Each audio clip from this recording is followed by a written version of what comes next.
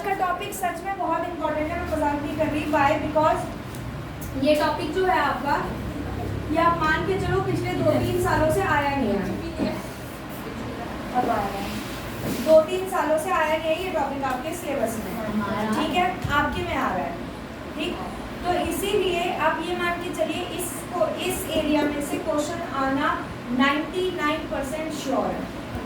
जो chapter previous years में कटा है, जैसे आपका कंट्रोल एंड कोऑर्डिनेशन 2-3 साल से नहीं आया है, पॉसिबिलिटी है उसमें से क्वेश्चन ज़्यादा पूछा जाएगा, ठीक है। ये वाला जो टॉपिक करा रही हूँ मोस्ट इम्पॉर्टेंट टॉपिक है, थोड़ा डिफिकल्ट भी है, थोड़ा याद भी करना पड़ेगा और क्वेश्चन ज़रूर आएगा, ठीक है। मान के चलिए अभी तक जो किया वो आपका उसमें से आ सकता है, 50% नहीं भी आ सकता है, बट जो आप कर रहे हैं उसमें से 99% पॉसिबिलिटी आना ही आना है, क्लियर। और आपके पेपर में जो प्री बोर्ड्स और ये सब होते हैं, पॉसिबिलिटी उसमें भी टीचर डालेगी, क्यों? क्योंकि 2-3 सालों से ये एरिया उन्होंने भी टच नहीं किया है, सो उनको नया क्वेश्चन मिल जाएगा डाल के, ठीक है ना। तो ये बहुत इंपॉर्टेंट टॉपिक है। अकरेंस ऑफ मेटल में आपको पढ़ना क्या है, मैं आपको पहले बता देती हूँ। अकरेंस ऑफ मेटल में आपको पढ़ना है कि अर्थ के अंदर से मेटल निकाला कैसे जाता है, ठीक है। अर्थ के अंदर से जितने भी आपके मेटल्स हैं वो हमको अर्थ के नीचे से मिलते हैं। ऐसा तो है नहीं हवा में से आयरन गिरा होगा, आपने देखा होगा ना, वो डिस्कवरी वगैरह में देखा होगा, लावा निकलता है, लावा के अंदर से ओर्स रॉक्स निकलते हैं और वही रॉक्स को फिर उसका प्योर किया जाता है और ये सब किया जाता है, उसमें से मेटल्स निकाले जाते हैं। तो अर्थ के नीचे सब है, सारे मेटल्स प्रेजेंट है, चाहे कैल्शियम है, चाहे magnesium, iron, zinc, everything is present below the earth. वही हमें देखना है अर्थ के नीचे से जब ये मेटल निकालते हैं कैसे निकालते हैं और मेटल ऑब्टेन किया कैसे जाता है, ठीक है। पढ़ना क्या समझ आ गया? अकरेंस ऑफ मेटल को लिखो, इसमें फर्स्ट टाइम को लिखो। In this topic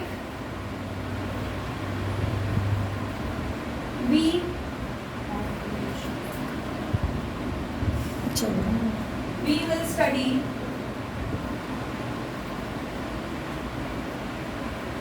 the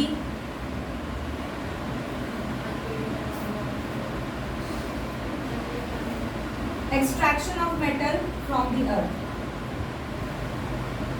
Extraction of metals from the earth. अर्थ के नीचे से मेटल्स कैसे निकाला जाता है वो हमको इसमें देखना है। तो जब अर्थ के नीचे की बात करते हैं तो 2 टर्म्स आती है, पहला आता है ओर, ये first term is ore and second term is minerals, या बोल सकते हैं first term is mineral, second term is ore, ठीक है। क्या होता है दोनों लिखो, मिनरल्स लिखो, मिनरल्स, मिनरल की डेफिनेशन लिखो, कंपाउंड्स और एलिमेंट्स occurring naturally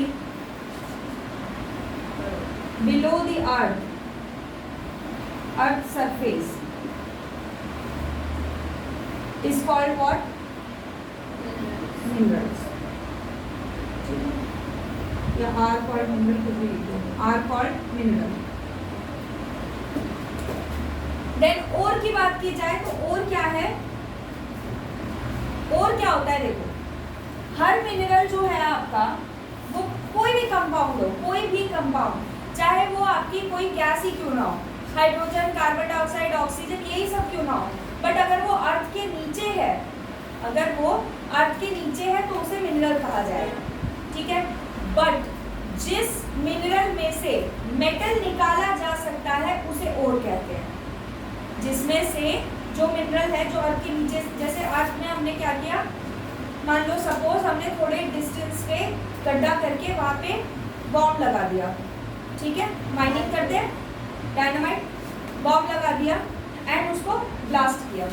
जब वो ब्लास्ट हुआ तो अर्थ का नीचे का जो पोर्शन है वो पूरा, ऊपर का सरफेस खराब हो गया, तो अंदर का जो भी मटीरियल होगा ऊपर आएगा। सपोज एक पत्थर बड़ा सा निकला, उसमें से वो जो बड़ा पत्थर है वो क्या है? मिनरल है। क्या है? मिनरल। जब उस मिनरल में से मेटल अगर निकल सकता है, if the extraction of metal is possible from that rock, then that mineral अगर मेटल निकलेगा तो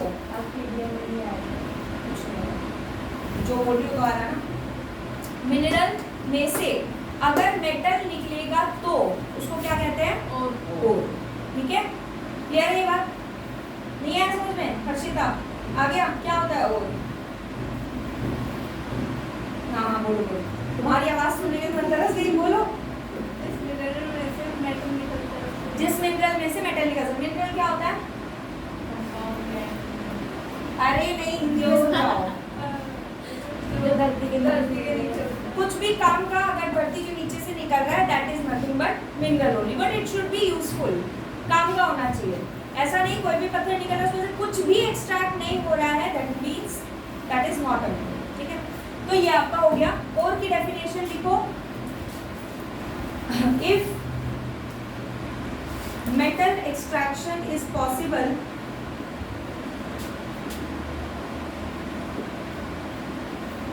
from the minerals, then that mineral is called ore.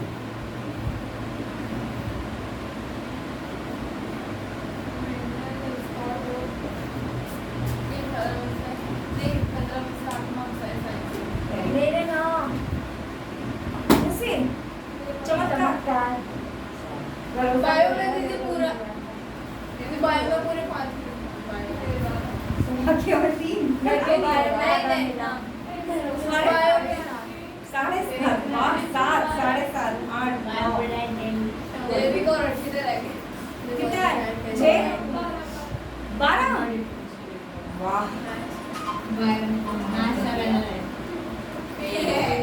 अच्छा देखो,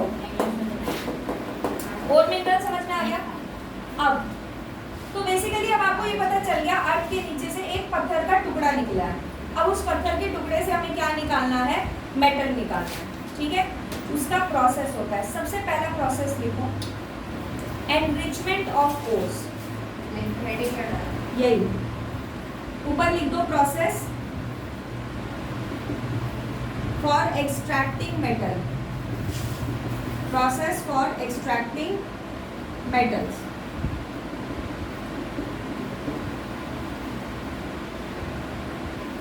क्या लिखोगे? Enrichment of ore. First heading is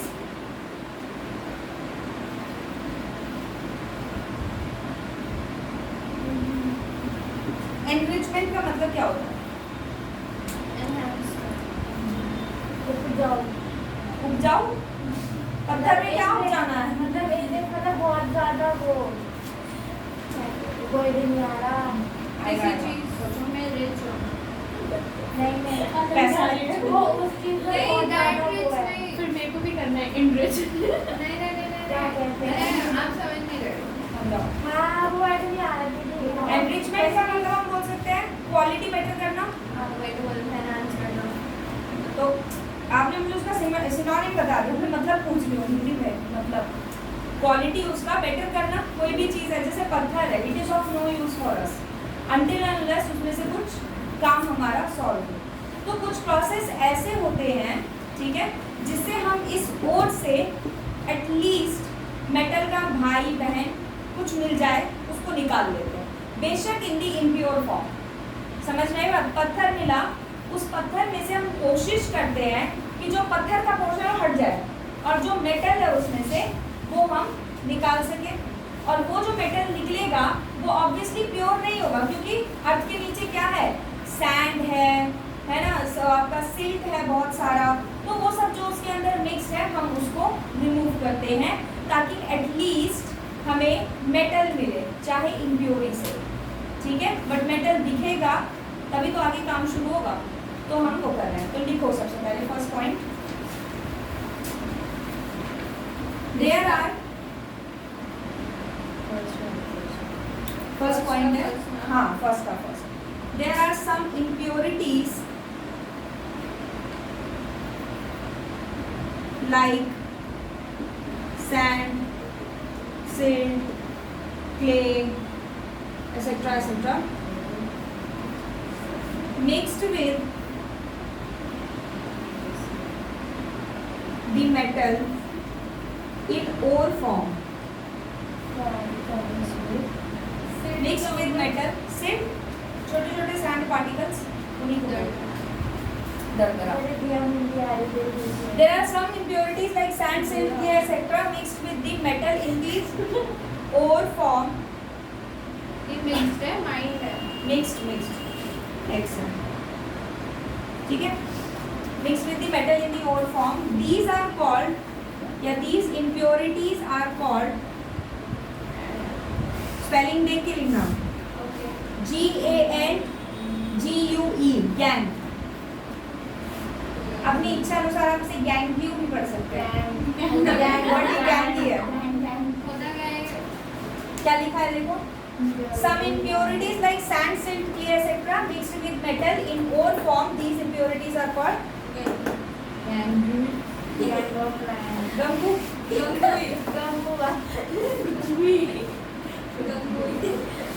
हमने अपना नाम बोला. ठीक है. तो बेसिकली क्या किया जाता है इस प्रोसेस में, इसको हम गंगू. क्या कहते हैं? गंगू. Gang of man.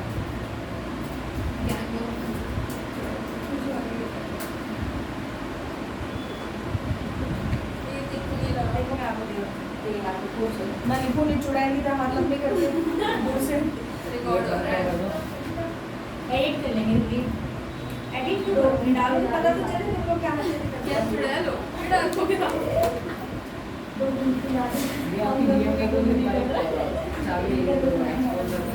नहीं.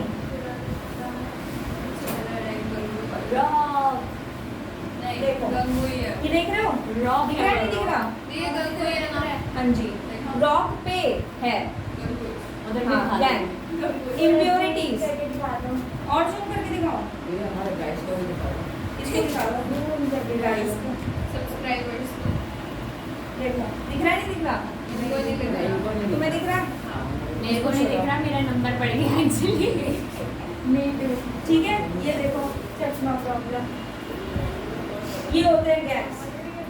दिख रहा है ये तो सुशी लग रही है. ये होते हैं इस तरीके से रॉक्स पे जो है आपके. सचिन दिखा तुमको? नहीं दिखा? तो बोल तो देते. ये देखो. ठीक है. लो. अब दिख देखो. रहा है. ये रहे. इतना इन्हें गंदा कहते है. हैं. कितना गंदा है. ये रॉक्स में इम्प्योरिटीज जो है वो स्टोर हो जाती है और ये इम्प्योरिटीज को क्या बोलते हैं? गैंग. ठीक है. अपनी इच्छा अनुसार जो अच्छा लगे वो करिए. बस याद रखिएगा. ठीक है ना. तो ये आपका हुआ पहला process. This is the first process. Then second process. कर दिया. हमको क्यों खुराफात शुरू किया? करो ना. देखो अगला. इसको हर चीज देखो. मेरी चाबी के साथ ही खेल रहा है. मेरी चाबी निकाल के डाल रहा है. पता नहीं क्या कर रहा है. ठीक है. ये हुआ. सेकंड प्रोसेस लिखो. Extraction of metal and mark it as very very important. हाँ जी. इससे ज्यादा इंपॉर्टेंट कुछ भी नहीं है. Extraction of metals. हाँ जी. सेकंड पॉइंट है. Second point. Second heading. Second heading. हाँ जी. जैसे आपने फर्स्ट पॉइंट लिखा एनरिचमेंट ऑफ ओर. अब उसके सेकंड लिखो एक्सट्रैक्शन ऑफ मेटल. पहला प्रोसेस था ओर्स हटाना. ओ सॉरी गैंग हटाना. हटा दिया. अब हमको मेटल मिलेगा. उस मेटल को हम देखेंगे आगे क्या करना. Extraction of metal. जो भी हमें मिला है थोड़ा बहुत उसको हम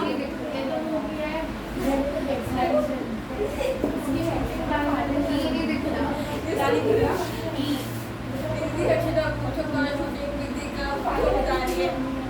देखो इधर. एक्सट्रैक्शन ऑफ मेटल्स में 3 पार्ट्स में डिवाइडेड है प्रोसेस. 3 पार्ट्स में. पहला 3 तरीके के मेटल आपने पढ़े हैं रिएक्टिविटी सीरीज में. जो लो रिएक्टिविटी सीरीज में सबसे नीचे आते हैं बॉटम वाले, मिडल वाले और सबसे ऊपर वाले. सबसे ऊपर वाले हाईली रिएक्टिव होते हैं. बीच वाले मिडल, नीचे वाले low. Give me examples of any 2 least reactive metals. हाँ. Gold and silver and mercury. Okay. Give me examples of middle reactivity elements. क्यों? पीपी lead और iron copper iron copper is किस रिएक्टेंट? 3 बोले कौन कौन से? जिंक आयरन और ठीक है, hydrogen zinc, iron, aluminium, calcium, ये सब जो है आपके आयरन, ये सब मिडल रिएक्टिविटी सीरीज में आते हैं। टॉप में कौन से आते हैं? सोडियम, पोटेशियम, एल्यूमिनियम, ये सब केदारनाथ का माली। तो देखो एक्सट्रैक्शन ऑफ मेटल्स आपका 3 पार्ट्स में डिवाइडेड है, मिडल, हाई एंड लो। सबसे पहले मैं लो बता रही हूँ। क्या? अच्छा, तो सबसे पहले मैं आपको लो बता रही हूँ, लो रिएक्टिविटी सीरीज, क्योंकि वो सबसे इजी है। ठीक है, तो हेडिंग इसके अंदर पहला ए पार्ट लिखो, extraction of those metals. A part, extraction of those metals, extraction of those metals which occur at extraction of those metals which occur at bottom of the extraction of those metals which occur at bottom of the what? Bottom of the reactivity series. Bottom of the reactivity series. हाँ जी, दिखाऊंगी आगे तो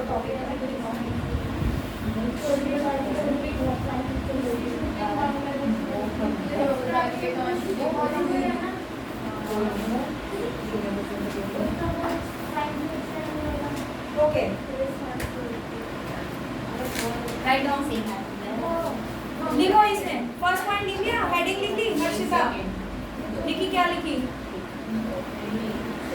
कुछ नहीं लिखा, dictate जो कर रही थी मैं। लिखो आप उसमें ए जो हेडिंग दिया उसके अंदर लिखो, मेटल्स आर ऑब्टेन्ड, उसका सेकंड पॉइंट है, उसी के अंदर का पहला पॉइंट है। पहला हो गया ए का जो आपने हेडिंग लिखवाई उसके अंदर आपको लिखना है लो रिएक्टिविटी सीरीज के एलिमेंट्स को कैसे एक्सट्रैक्ट करेंगे। बाकी मत करो वाली, हो जाता है। मेटल्स देखो, सुनो मेरी बात सुनो, आपने सबसे पहले डाली हेडिंग प्रोसेस, डाला उसमें पहला पॉइंट लिखा एनरिचमेंट, जिसमें आपने इम्प्योरिटीज हटा दी, यानी सैंड सिल्ट ये सब झाड़ दिया। ठीक है, अब जो मिला, हाँ अब जो मिला उसके ऊपर हमें आगे का प्रोसेस करना है, उसमें से हम एक्सट्रैक्शन करेंगे। किसका? मेटल्स का। अब मेटल्स 3 टाइप के होते हैं, जो कम रिएक्ट करते हैं, जो ठीक ठाक रिएक्ट करते हैं और जो बहुत ज़्यादा रिएक्ट करते हैं। तीनों को निकालने का अलग प्रोसेस है, तो इसीलिए एक्सट्रैक्शन ऑफ मेटल में 3 पार्ट्स हैं। पहला पार्ट आपको लिखवाया फॉर लो रिएक्टिव एलिमेंट्स, समझ में आई बात? अब उसका प्रोसेस लिख रहे हैं कि कैसे उससे मेटल निकालेंगे। दूसरा कुछ दिमाग में? चलो, metals are obtained in the form of, अभी सारा चीज निकालने के बाद हमें क्या मिलता है? फिर उसमें से भी इम्प्योरिटीज हटाएंगे, फिर मिल गया मेटल, खुश हो जाओ, बस नाचो। हम ये सब करके नहीं, मेटल को हटाने के ये बाद प्रोसेस है, ये नंबर दिलाएगा पेपर में, इसलिए कर रहे हैं, मजबूरी क्या करना है। Metals are obtained in the form of, लिख लो, metals are obtained in the form of oxides. अरे इसका डाउट है, क्लियर करो। बोलो, मेटल निकालने के बाद क्या होगा? मेटल मिल जाएगा, खुश हो जाएंगे और क्या। मेटल निकालने जो के बाद चाहिए क्या मिलेगा? मेटल निकालने के बाद अलमीरे के लिए गेट मिलेगा, घर की रेलिंग बनाने के लिए लोहा मिलेगा, इसको एप्लीकेशन में ला सकते हैं। Metals are obtained in the form of oxides, पता है। Oxides further lead to, second point है, हाँ जी, oxides further lead to the easy extraction of metal, easy extraction of metal, ये सेकंड है, हाँ जी, by a process called reduction. reduction में क्या होता है? हाइड्रोजन रिड्यूस, ऑक्सीजन, क्या? ऑक्सीजन रिड्यूस हो जाता है, रिडक्शन में ऑक्सीजन रिड्यूस हो जाता है। अब अगर मान लो जो भी हमें अर्थ से वो मिला उसमें से अगर हम जिंक ऑक्साइड निकाल ले, ZnO, तो अगर हम इसे रिड्यूस करेंगे तो इसमें से ऑक्सीजन निकल जाएगा। मिल गया सीन, हो गए खुश, ये करना है। तो इसीलिए आपको क्या लिखाया है, metals are obtained in the form of oxides. ठीक है, मेटल्स आर, तुम्हें दिख रहा है ना, metals are obtained in the form of oxides. और इन ऑक्साइड्स को क्यों बना, ऑक्साइड्स क्यों निकाला जाता है, बिकॉज ऑक्साइड्स से हमें मेटल मिलना आसान है, क्योंकि सिर्फ ऑक्सीजन हटाना है, और ऑक्सीजन हटाने के लिए रिडक्शन होता है, जो आप ऑलरेडी चैप्टर 1 में पढ़ चुके हैं। पढ़ा नहीं पढ़ा है? ऑक्सीजन आराम से रिमूव किया जा सकता है, बट और किसी एलिमेंट को रिड्यूस करना बहुत मुश्किल है। दैट इज वाई हम जो भी हमें मिला है उसको ऑक्साइड की फॉर्म में कन्वर्ट करते हैं। क्लियर? और हमें किस फॉर्म में मिलता है अर्थ के नीचे से वो लिखो। Generally metals are present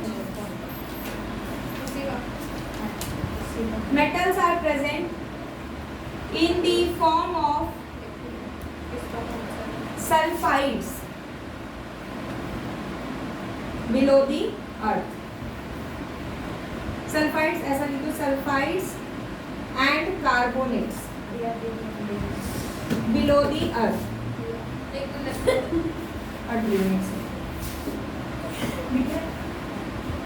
Generally metals are present in the form of sulfides and carbonates below the earth. यानी अर्थ के नीचे किस फॉर्म में होते हैं, सल्फाइड और कार्बोनेट। कार्बोनेट का फॉर्मूला क्या होता है, CO C। तो हिमानी क्या कह रही है, CaO3 नहीं, CaO3 CaSO4।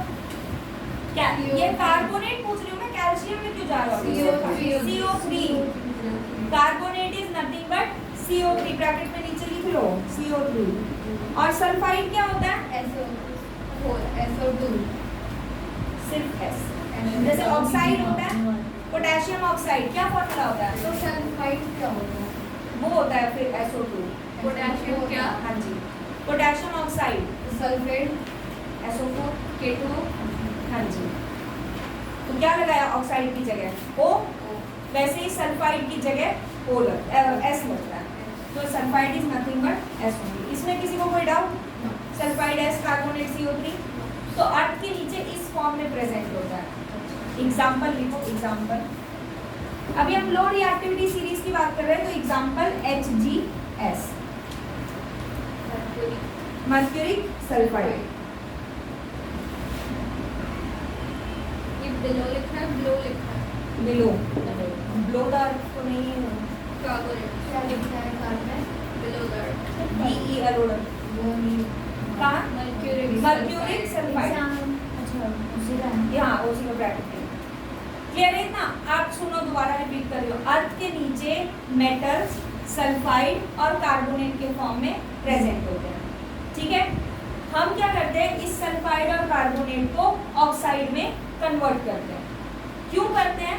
क्योंकि ऑक्साइड से मेटल निकालना आसान होता है इन कंपैरिजन टू सल्फाइड से डायरेक्ट मेटल निकालना। मतलब अगर मेटल से सल्फाइड चिपका हुआ है तो उसको हटाना बड़ा मुश्किल है, होता है ना, कुछ लोग बड़े चिपकू होते हैं, पीछा